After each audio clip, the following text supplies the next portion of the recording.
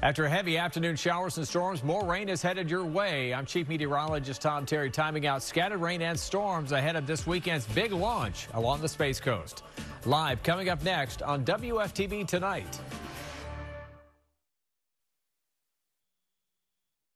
On WFTV Tonight, growing fallout is being felt in Central Florida just days after the signing of several new laws. It's a very sad moment when these unfortunate things happen because we're just creating more room for hate. A pride event in St. Cloud now canceled. The fears organizers say led them to make this tough choice. Plus a close call for the folks in this Orlando home. If that truck wasn't parked on the corner of this home, that car probably would have went through the bedroom. The bedroom where he and his wife were sleeping, and we're learning this isn't the first time a speeding car has ended up in this front yard. Then an action-packed weekend on our Space Coast expected to bring in tens of thousands of tourists. They're going to fill up the hotels. They're filling up restaurants. It's good for everyone. The pre-summer boost this weekend's launch and boat races could bring to the economy. This is WFTV Tonight. Good evening. I'm Martha Sagowski. We have a lot to get to tonight, but first we're going to start with some storms rolling through our area. Take a look at this video from just a short time ago where you can see lightning light up the sky in downtown Orlando. Let's get right on over to Certified Chief Meteorologist Tom Terry, timing out just how long these storms are expected to stay with us. Hey, Tom. Yeah, hey there, Martha. I don't think we're going to get some of these rain totals for the rest of the night. Still tracking some rain now, but look at Ocala, over 7 inches of rain just on the north side of town. Lots of 4-inch rainfall amounts in Claremont. That's where the storms were in just the last hour. UCF earlier today over 3, and you can see here we kind of had the west coast and east coast sea breeze. We talked about this earlier today where we'd get that collision on the west side and it would take a while to rain itself out, and that's what we're seeing here tonight.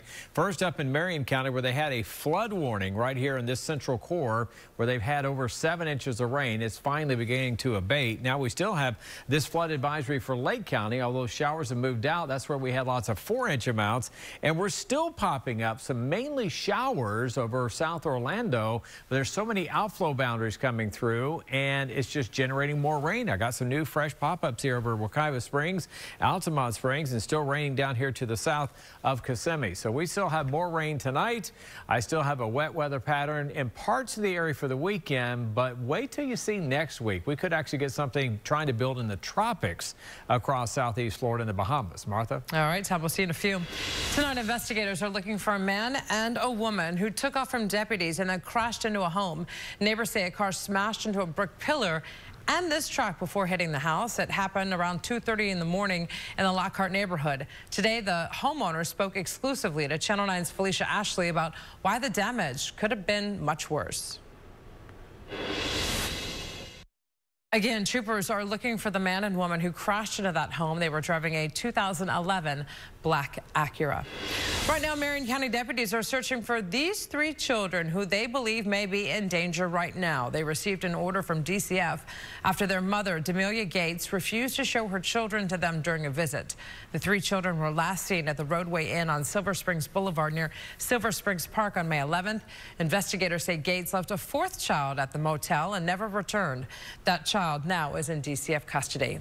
A man reported missing earlier this week in Orange County has been found dead inside of his car at the bottom of a retention pond. This all played out in Kissimmee. Jose Lebron, a well-known barber, was reported missing Tuesday, and then this afternoon, his Cadillac was found in a pond near Blue Bayou Drive and Water's Edge Drive. Troopers say they don't know when this accident happened, but believe Lebron ran off the road and hit a utility box before driving into the water. FHP will continue to investigate. Tonight, Channel 9 is looking into the nurse staffing crisis impacting families across Florida and the country. We've seen many nurses retire or leave the profession altogether, and now a new report shows things are expected to get worse. Our Ashley Edlin joining us live right now to explain how one staffing agency here in Orlando is trying to turn this trend around. Ash? Well, Martha, that group telling us they're digging deeper than just hiring, going as far as to help the nurses that were on the front lines during COVID with resources they need to have much longer careers than the average shelf life right now, which is about 2 years. We were able to talk to a licensed practical nurse attending that conference. Now, that report found there's a 25 to 30% turnover rate here in Florida for the nursing industry each year. Live in the studio, I'm Ashley Edlin for WFTV Tonight.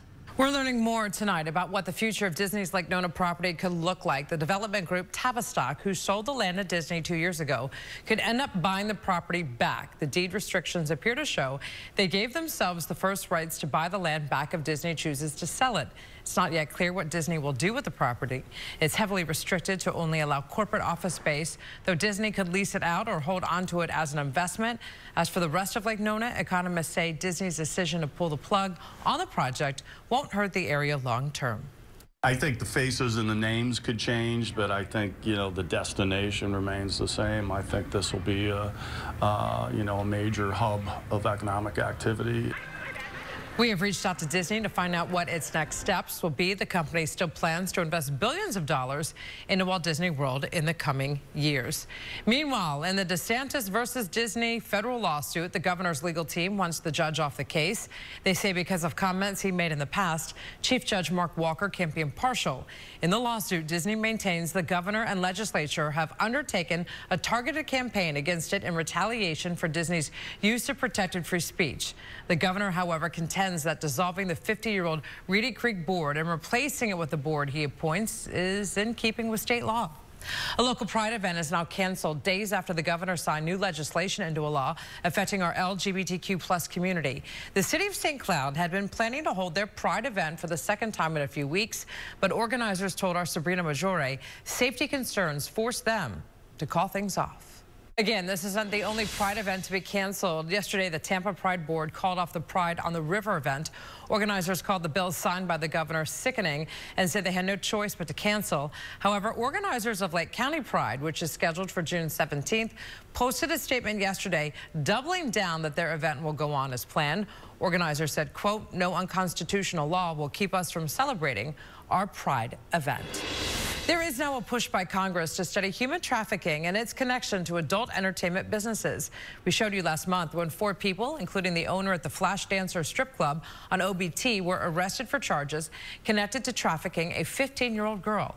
Now, Congressman Michael Waltz from Central Florida is pushing bipartisan legislation that would require a study looking at how victims are trafficked, who they are, and how they're connected to adult entertainment clubs. We all anecdotally know, and we know at a local level, that adult entertainment clubs often serves as a magnet and a venue, but we don't have a federal picture. Waltz believes that will help Congress draft better laws to fight this. If passed, the Attorney General would have 15 months to complete the study and send the findings to Congress. Windshield replacements all over the state are pushing up the cost of car insurance. I said, it's not broke. And that's when she stated that it can be replaced after a time. Next, Action 9 investigates the questionable practices that the state's on track to ban. And the countdown is on for this cruise, just 2 days away from a Central Florida launch. How big of a crowd you'll find if you head out to our Space Coast to watch. Well, hopefully we can get some good weather. I think overall the rain will be inland, but we're still watching the clouds. Right now, speaking of weather, we've got rain, some heavy downpours in Conway, south of Orlando. It's not over yet tonight, folks, plus I'm updating the weekend. Sky Witness 9 on Channel 9 Eyewitness News, bringing you closer to the scene during live breaking news. Sponsored by attorney Dan Newland. Free windshield offers can trigger lawsuits and higher car insurance premiums, but now this proposal is on track to put the brakes on questionable practices by some windshield companies. Action 9 consumer investigator Jeff Deal explains what this means for Central Florida drivers and if it might lead to some much-needed insurance premium relief. If you have a tip for our Action 9 team, head to WFTV.com or check out the WFTV Action 9 page on Facebook. Just last month, 9 Investigates took a close look at rising car insurance rates. Automoblog.net found that Florida is the 3rd most expensive state for car insurance premiums. An average minimum coverage policy costs more than $1,300 a year. The average cost of a full coverage policy is nearly twice that. Then you add in young drivers. Oh, we have a few of those. Yes, we do. And it goes up. A lot of money. All right. Well, we're pretty wet out there right now. Yeah. Let me show you. This is a live view looking south, and we still have some of the, you can see the lights from the attractions area down around I Drive reflecting off the low clouds where we have rain in the area now, 78. after low 90s again today. We've had some flooding issues up around central Ocala, where I showed you at the top of the show over 7 inches of rain fell. It's begun to dissipate now. We had over 4 inches near Claremont. Now the outflow boundaries from all those storms continue to spread out and spread the wealth a little bit with some pretty good downpours across Polk County. Here's Highway 60. We're generating some new downpours near Point Siena and Solavita and getting some pretty good rain, and it's not moving very fast. Right over here from Dr. Phillips, here's the Oak Ridge Road area, the Turnpike, I-4 Conway down around Hoffner. Also scattered downpours up through Seminole County. Give it another hour, maybe 90 minutes or so, and we should finally rain ourselves out for the day, only to wash, rinse, repeat for tomorrow. This is updated future track. Between 2 and 4, we'll get scattered downpours coming through the area, but we're kind of behind a little ripple of energy, so I think the rain will be a little bit less widespread tomorrow, only to bring in more energy on Sunday and move the rain chances back up, including some late night showers on Sunday. I'm still hoping we can avoid any additional cloud issues for the launch on Sunday about 5:32, I believe. We may have some high clouds or something that may get in the way of the weather launch criteria. We're still keeping an eye on that. Winter Park tomorrow between 2 and 4. Highest chance for rain. New Smyrna looks pretty good, though, if you're going to head toward the coast. But not next week. Let me show you Monday. We have a front that'll be moving in from the north. Locally heavy downpours spreading in from the coast, and you can still see a good likelihood of rain on Tuesday. Also, early warning future track. This is a European model, shows a weak low trying to form. This is backed up by other models as well. If it does develop, it would be gradual to do so and probably move away from us by the end of next week and the upcoming Memorial Day weekend. But it's going to be in the vicinity, along with other factors, a front and sea breezes, a lot of rain-making factors. And this is a pretty wet outlook over the next 5 days, well over 3 to 5 inches, a good shot at it, not just in a few spots, but in many spots. So we're starting to catch up on some rain deficits we've been hanging on to since January. 7-day forecast, weekend always a view. We'll certainly be watching the tropics. Not unusual to get a late May or early June system form near Florida and the Bahamas. If it does happen, rain chance going up next week, and hopefully we'll get it all out for the Memorial Day weekend. I'm hoping. We'll be right back. Download the WFTV weather app. Get a localized forecast from Tom Terry. Just search WFTV. Brought to you by the law offices of attorney Dan Newland. Involved in a car accident? Call me now, 407-888-8000. We live in a very what's happening now mentality and world, and there are stories that we start hearing about and we see tidbits online. But we're experiencing things in real time just with our viewers, right? You're on the computer researching stuff, making calls during commercial breaks. We have the expertise to say, wait a second, this is what's happening. And properly vetting that information before we bring it to you so you can get out the door on time. We're just so locked into the community. That's what makes the difference. Rockets and racing are both taking center stage on Florida's Space Coast this weekend. The SpaceX Axiom 2 mission launches Sunday evening. On top of that, Saturday and Sunday spectators will be able to see power boats racing during thunder on Cocoa Beach. Channel 9's Melanie Holt spoke to Space Coast tourism leaders who are hoping this weekend will help provide a pre-summer boost to the local economy.